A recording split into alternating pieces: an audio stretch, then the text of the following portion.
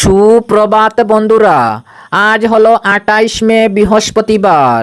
আজকের সকালের বরাক উপত্যকার শ্রীভূমি, করিমগঞ্জ, শিলচর, হাইলাকান্দি সহ আসামের বিশেষ বিশেষ খবরগুলি হলো সমগ্র দেশের সঙ্গে বরাক উপত্যকার 3 জেলায় আজ ইসলাম ধর্মাবলম্বীদের পবিত্র উৎসব ঈদ উজ জুহা উপলক্ষে প্রস্তুতি সম্পূর্ণ।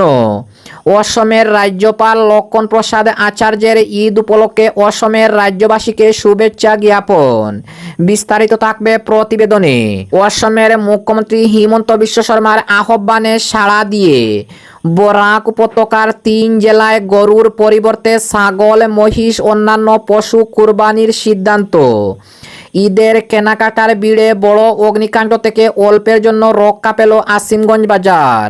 অসম বিধানসভায় ধ্বনিভোটে পাশ হলো ইউনিফর্ম সিভিল কোড অর্থাৎ ইউসিসি।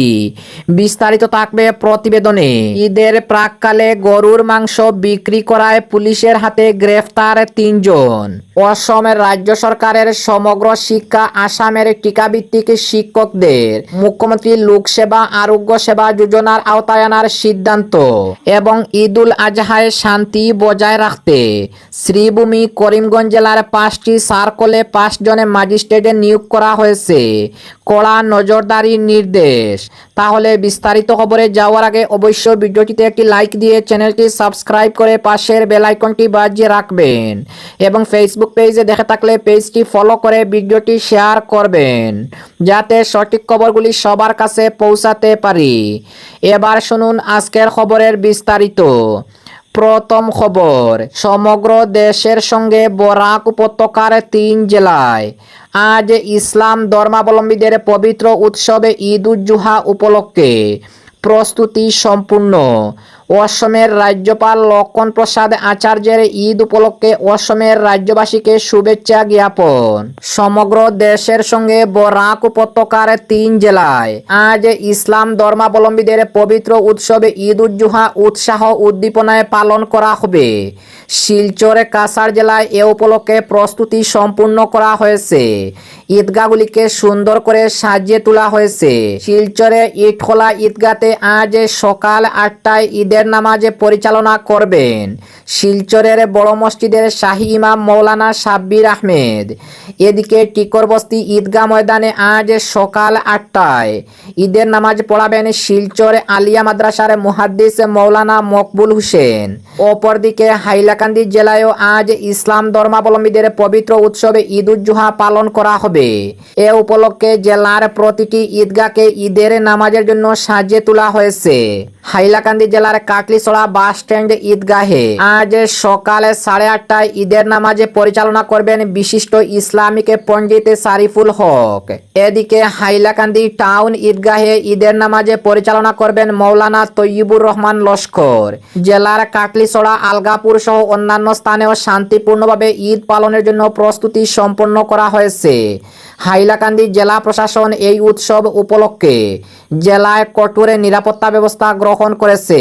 অনুরূপভাবে শ্রীভূমি, করিমগঞ্জ জেলায়ও আজ সকাল 7টায় করিমগঞ্জ টাউন ঈদগাহে ঈদ উজ জুহার নামাজে পরিচালনা করবেন মৌলানা হাফিজ মুফতি ইমরান হোসেন কাসিমি।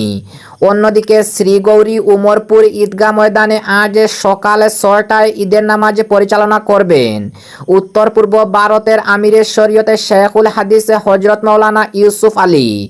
এদিকে শ্রীভূমি, করিমগঞ্জ জেলা প্রশাসন থেকে জেলায় ঈদ উজ জুহা উৎসবে শান্তিপূর্ণভাবে উদযাপন করতে শ্রীভূমি, করিমগঞ্জ জেলার 5টি সার্কল চক্রে 5 জন ম্যাজিস্ট্রেট নিয়োগ করা হয়েছে।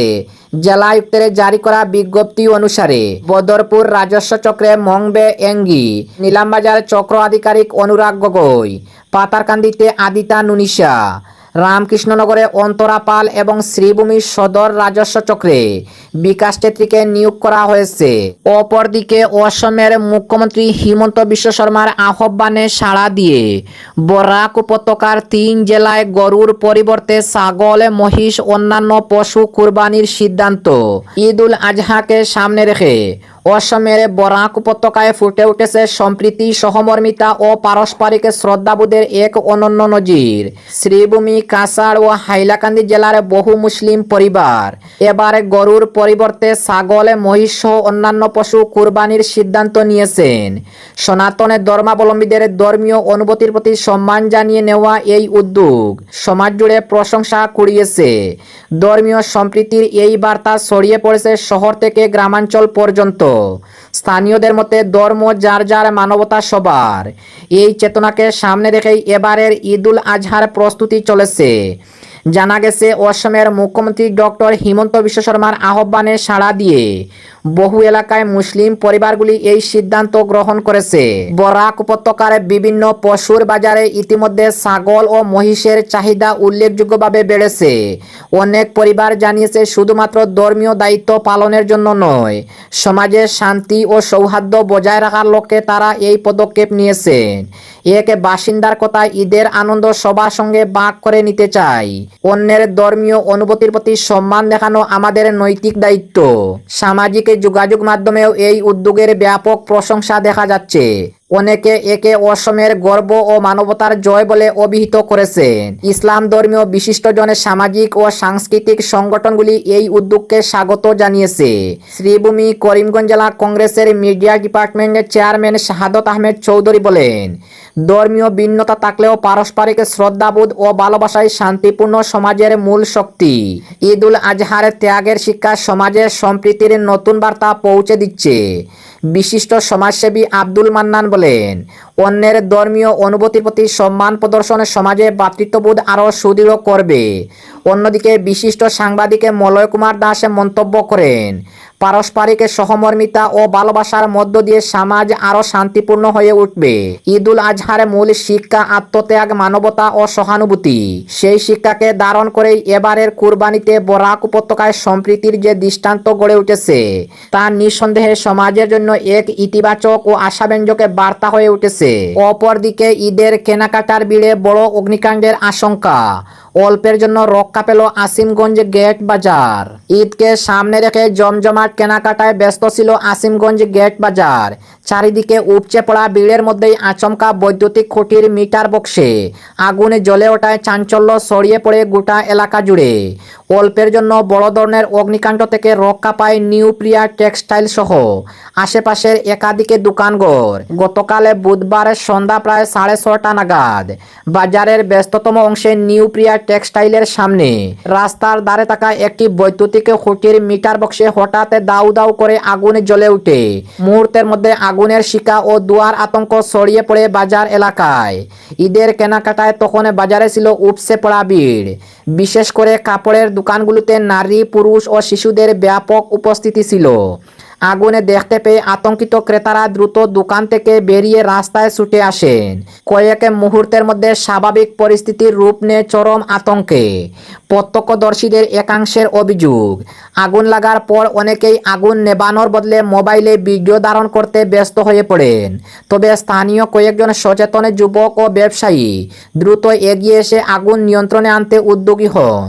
তাদের তৎপরতায় বড় ধরনের দুর্ঘটনা এড়ানো সম্ভব হয়েছে।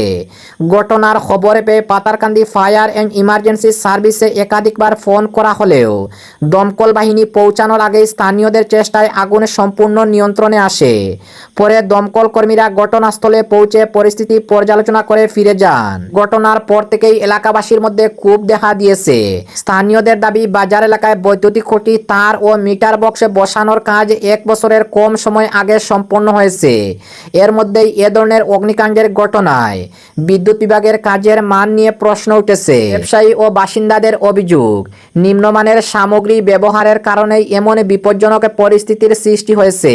তারা ঘটনার পূর্ণাঙ্গ তদন্ত ও দোষীদের বিরুদ্ধে কঠোর ব্যবস্থা গ্রহণের দাবি জানিয়েছেন। পাশাপাশি ভবিষ্যতে যাতে এ ধরনের ঘটনা না ঘটে সেজন্য বাজার এলাকায় বিদ্যুৎ ব্যবস্থার নিরাপত্তা নিশ্চিত করার দাবিও তুলেছেন এলাকাবাসী। অপরদিকে অসম বিধানসভায় গতকাল ধ্বনিভোটে পাশ হলো ইউনিফর্ম সিভিল কোড অর্থাৎ ইউসিসি। ষোড়শ আসাম বিধানসভার প্রথম অধিবেশনের শেষ দিনে বহুচর্চিত অভিন্ন দেওয়ানি বিধি সম্পর্কিত বিল ধ্বনিভোটে গৃহীত হয়। এর আগে বিলটি সম্পর্কে অনুষ্ঠিত আলোচনায় অংশ নিয়ে মুখ্যমন্ত্রী হিমন্ত বিশ্ব শর্মা বলেন, ইউসিসি অর্থাৎ অভিন্ন দেওয়ানি বিধির একটি সুদীর্ঘ ইতিহাস রয়েছে। ভারতে 2025 সাল থেকে এই বিধি সম্পর্কে কাজ অব্যাহত রয়েছে। বহুবিবাহ সভ্য সমাজের প্রথা হতে পারে না বলে উল্লেখ করে মুখ্যমন্ত্রী বলেন, ধর্ম নিরপেক্ষ দেশে সংবিধান মেনে শাসন চলবে। সংবিধানের 44 নম্বর অনুচ্ছেদ অনুসারে ইউনিফর্ম সিভিল কোড ইউসিসি অর্থাৎ অভিন্ন দেওয়ানি বিধি বলবৎ হবে বলে প্রকাশ করে মুখ্যমন্ত্রী বলেন, এই বিষয়ে বিজেপি বা আরএসএস এর কোনো স্বার্থ নেই। জনজাতির লোকদের নিজস্ব নিয়ম রয়েছে বলে উল্লেখ করে মুখ্যমন্ত্রী শর্মা বলেন, জনজাতি সমাজে বহু বিবাহকে কখনো স্বীকৃতি দেওয়া হয় না, সেজন্য তাদেরকে অভিন্ন দেওয়ানি বিধির আওতার বাইরে রাখা হয়েছে।